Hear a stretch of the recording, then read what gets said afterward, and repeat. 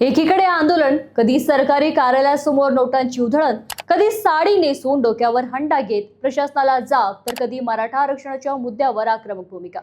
आणि आता छत्रपती संभाजीनगर आणि जालना या दोन जिल्ह्यातून थेट 2 वर्षासाठी तडीपार. होय, मंगेश साबळे हे नाव पुन्हा एकदा चर्चेत आलंय. पण यावेळी कारण आहे त्यांची आंदोलनाची शैली नाही, तर त्यांच्यावर केलेल्या तडीपाराची कारवाई. सोशल मीडियावर समोर आलेल्या माहितीनुसार मंगेश साबळे यांना छत्रपती संभाजीनगर आणि जालना जिल्ह्यातून 2 वर्षासाठी तडीपार करण्यात आलं. पण प्रश्न असा आहे, मंगेश साबळे यांच्यावर अशी कारवाई करण्याची वेळ प्रशासनावर का आली?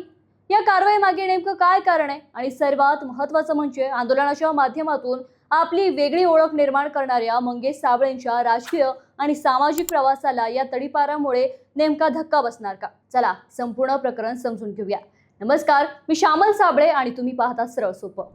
मंगेश साबळे हे छत्रपती संभाजीनगर जिल्ह्यातील फुलंब्री तालुक्यातील गेवराई पायगाव गावचे सरपंच आहेत.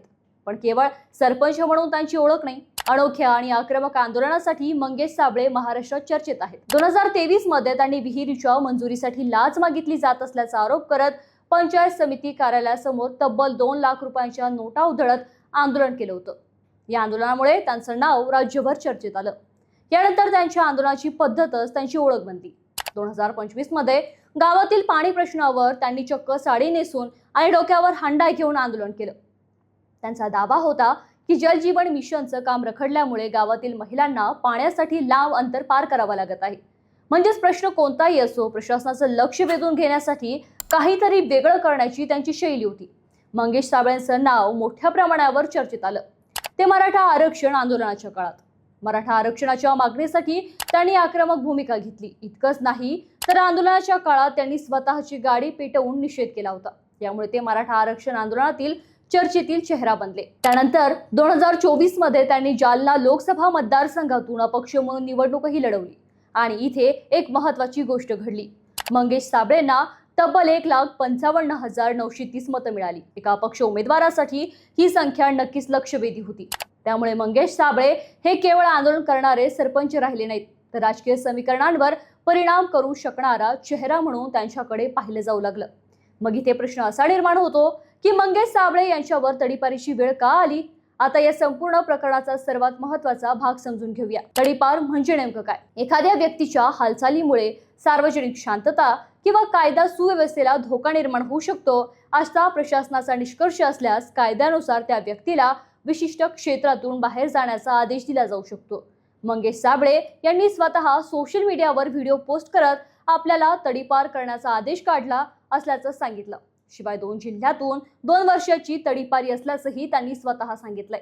एवढंच नव्हे तर छत्रपती संभाजीनगरचे CP पवार व DCP अतुलकर या दोघांनी IAS पदावर असताना आपल्या विरोधात 2 साक्षीदार उभे केले आणि त्यांच्याकडून गुंडगिरीची, व्यसनाचे व खंडणीचे गुन्हे दाखल करून घेतले गेले आणि आपल्याला तडीपारीसाठी पात्र ठरवण्यात आलं. शिवाय नोटीसीतून राजकीय वास येत असल्याचा आरोप देखील यावेळी मंगेश साबळे यांनी केला. त्यांच्या मते मला 2 वर्षासाठी तडीपार केल्यास निवडणूक लढवता येणार नाही. एवढंच नव्हे तर गृहमंत्र्यांचा कोणता माणूस यांना पाठबळ देतोय याची सुद्धा आपल्याला कल्पना असल्याचा आरोपही यावेळी साबळे यांनी केलाय. पण या पार्श्वभूमीवर एक गोष्ट नक्कीच चर्चेत आली.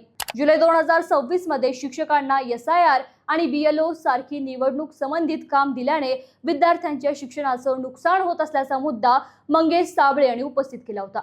याच मुद्द्यावर त्यांनी जिल्हाधिकारी कार्यालयात आंदोलन केलं.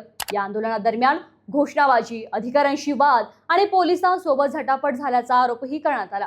त्यानंतर सिटी चौक पोलिसांनी त्यांना अटक केल्याचंही वृत्त समोर आलं होतं. यानंतर त्यांना न्यायालयीन प्रक्रियेलाही सामोरं जावं लागलं. आणि आता त्याच पार्श्वभूमीवर तडीपारीची बातमी समोर आल्याने चर्चेला आणखीनच उधाण आलंय. आता सर्वात महत्त्वाचा प्रश्न म्हणजे तडीपारीचा मंगेश साबळेंच्या राजकीय भवितव्यावर काय परिणाम होऊ शकतो? 2024 मध्ये लोकसभा निवडणुकीत मिळालेली 1.5 लाखांहून अधिक मतं त्यांच्या राजकीय प्रभावाची झलक देणारी होती. पण 2026 मध्ये त्यांच्या राजकीय प्रवासाला काही धक्केही बसले. छत्रपती संभाजीनगर जिल्हा परिषद निवडणुकीत वडोद बाजार मतदारसंघातून त्यांचा पराभव झाला. त्यामुळे एकीकडे त्यांच्या आंदोलनातून तयार झालेली लोकप्रियता काहीशी कमी झाली. आता जर 2 वर्षाची तडीपारीची कारवाई अधिकृतपणे लागू असेल तर त्यांच्या मतदारसंघातील प्रत्यक्ष राजकीय उपस्थितीवर त्याचा परिणाम होणं साहजिक आहे. कारण राजकारणात केवळ सोशल मीडिया किंवा आंदोलन पुरेसं नसतं. सतत जनतेमध्ये उपस्थित राहणं, संघटन उभं करणं आणि निवडणुकीच्या मैदानात सक्रिय राहणंही तितकंच महत्त्वाचं असतं. प्रशासनाने केलेली कारवाई योग्य आहे का? कमेंटमध्ये तुमचं मत आम्हाला नक्की कळवा. आणि अशाच महाराष्ट्रातील राजकारण, आंदोलन आणि चर्चेत आलेल्या घटनांचं सखोल विश्लेषण पाहण्यासाठी आपल्या सर्व सोपा या पेजला फॉलो तथा सबस्क्राईब करायला विसरू नका.